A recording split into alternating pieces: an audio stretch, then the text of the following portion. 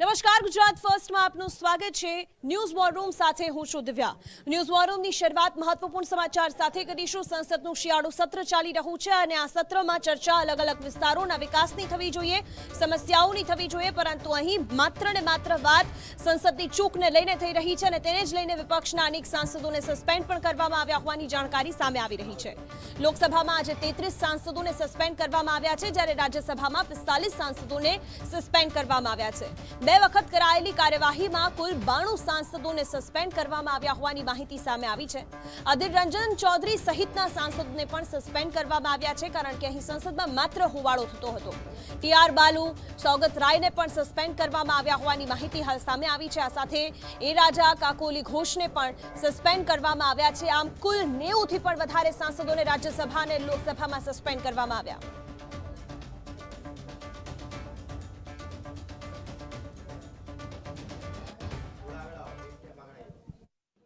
जब काला दौर होता है ना, तो तानाशाह को ऐसी ही संसद चाहिए कि जहां लोग बकरी मेमने की तरह मैं करते रहे।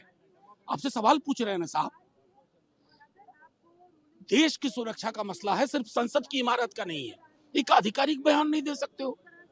क्या चाहते हो? विपक्ष मुक्त संसद आपने बना लिया, लोकसभा में उतने किए, राज्यसभा में 45 कर दिए, जो बचे खुचे हैं कल कर देना, लेकिन याद रखे जाओगे, ये दौर याद रखा जाएगा।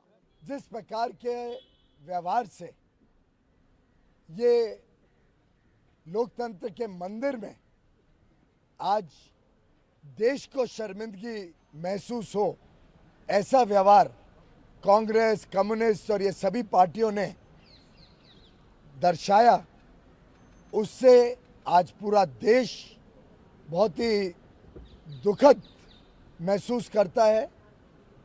दोनों माननीय स्पीकर और माननीय चेयरमैन का आज अपमान किया गया। उनके बार बार आग्रह पर, उनके बार बार अनुरोध पर विपक्ष के नेताओं तक ने उनकी बात नहीं। અને આજ મુદ્દે વધુ જાણકારી સાથે દેવનાથ પાંડે જોડાઈ ગયા છે। દેવનાથ, સંસદમાં સમસ્યાઓની ચર્ચા થવી જોઈએ વિસ્તારની, પરંતુ માત્ર હોબાળો થઈ રહ્યો છે, તેના જ કારણે આ કાર્યવાહી। અત્યાર સુધી એની શું અપડેટ?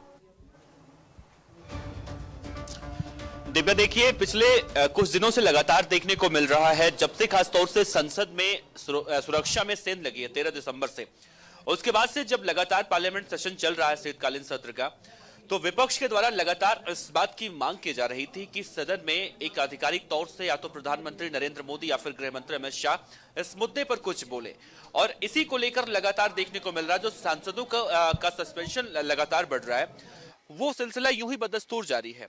जबकि आज के दौर में देखने को मिला, जब आज 34 सांसद सस्पेंड किए गए हैं, तो उनसे यही कहा गया कि इससे पहले जब ऑल पार्टी मीटिंग बुलाई गई थी, उसमें यही कहा गया था कि किसी भी तरह से जो तख्ती बैनर लेकर विरोध प्रदर्शन हमेशा से देखने को मिलता रहा है विपक्ष का, वो नहीं किया जाएगा। संसद को सुचारू रूप से चलाने के लिए वो बैठक बुलाई गई थी और उस बैठक में विपक्ष के कई सांसद भी शामिल हुए थे और उन्होंने बाकायदा इसके लिए एग्री भी हुए थे।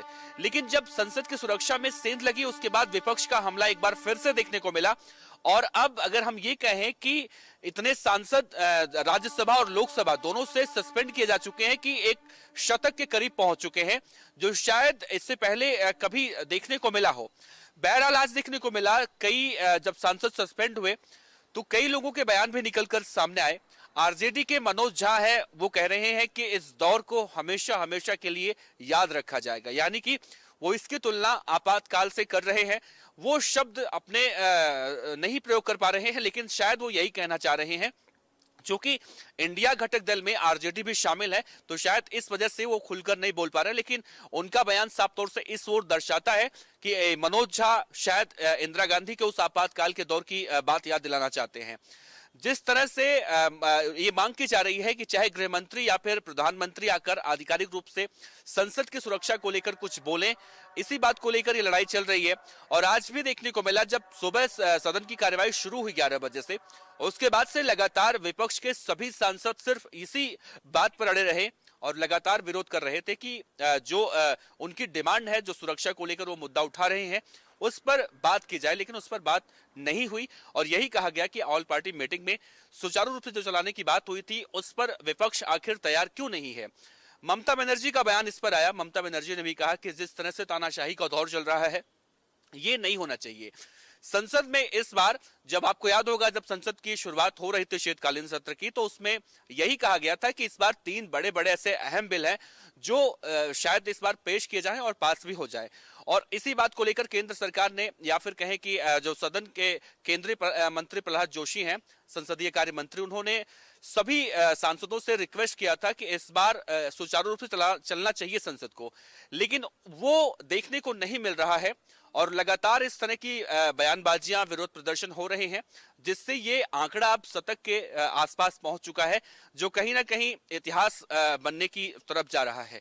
दूसरी तरफ देखा जाए तो अब सरकार की तरफ से भी उस मुद्दे को लेकर यही सिर्फ कहा गया है, चाहे हम ओम बिरला की बात कर लें, उन्होंने यही कहा है कि संसद में जो कुछ हुआ वो पूरी तरह से निंदनीय है और उसकी जांच चल रही है। इसकी जांच दिल्ली पुलिस की स्पेशल सेल कर रही है और लगातार इस मामले में डे बाय डे कई खुलासे भी निकलकर सामने आ रहे हैं। लेकिन विपक्ष सिर्फ यही चाहता है कि आधिकारिक तौर से देश के गृह मंत्री या फिर देश के बड़ा प्रधान जो नरेंद्र मोदी हैं वो इस मुद्दे पर कुछ बोलें। फिलहाल अब सांसदों का विरोध प्रदर्शन देखने को मिल रहा है और ये भी कहा जा रहा है कल के दिन, यानी कि अभी लोकसभा राज्यसभा चलने वाला है, कल के दिन एक बड़ा प्रदर्शन भी देखने को विजय चौक पर मिल सकता है। जी देवनाथ, जानकारी के लिए आपका धन्यवाद। અને જે રીતે સંસદમાં જે ચર્ચાઓ વચ્ચે હોબાળો થઈ રહ્યો છે તેને લઈને કાર્યવાહી કરવામાં આવી છે। 90થી પણ વધારે સાંસદ છે કે જેમને સસ્પેન્ડ કરવામાં આવ્યા હોવાની માહિતી પણ સામે આવી રહી છે। અને આ સાથે જ હવે સમજવાનો પણ પ્રયત્ન કરીશું ગ્રાફિક્સના માધ્યમથી કે આ પ્રકારની જે કાર્યવાહી થઈ રહી છે અને ખાસ કરીને સંસદની જે કાર્યવાહી થઈ રહી છે તેમાં લોકસભામાં 18 ડિસેમ્બરે 33 સાંસદોને સસ્પેન્ડ કરવામાં આવ્યા હોવાની જાણકારી। આમ વિપક્ષ હવે સંસદ મુક્ત થયો હોય તે પ્રકારની સ્થિતિ છે। 14 ડિસેમ્બરે 13 સાંસદોને સસ્પેન્ડ કરવામાં આવ્યા હતા જ્યારથી આ સત્રની શરૂઆત થઈ ત્યારબાદની આ સ્થિતિ છે। 18 ડિસેમ્બરે 33 સાંસદો, 18 ડિસેમ્બરે અન્ય 45 સાંસદોને પણ સસ્પેન્ડ કરવામાં આવ્યા છે લોકસભા અને રાજ્યસભા અલગ અલગ જગ્યાઓ પરથી। 14 ડિસેમ્બરે રાજ્યસભામાંથી એક સાંસદને સસ્પેન્ડ કરવામાં આવ્યા હતા।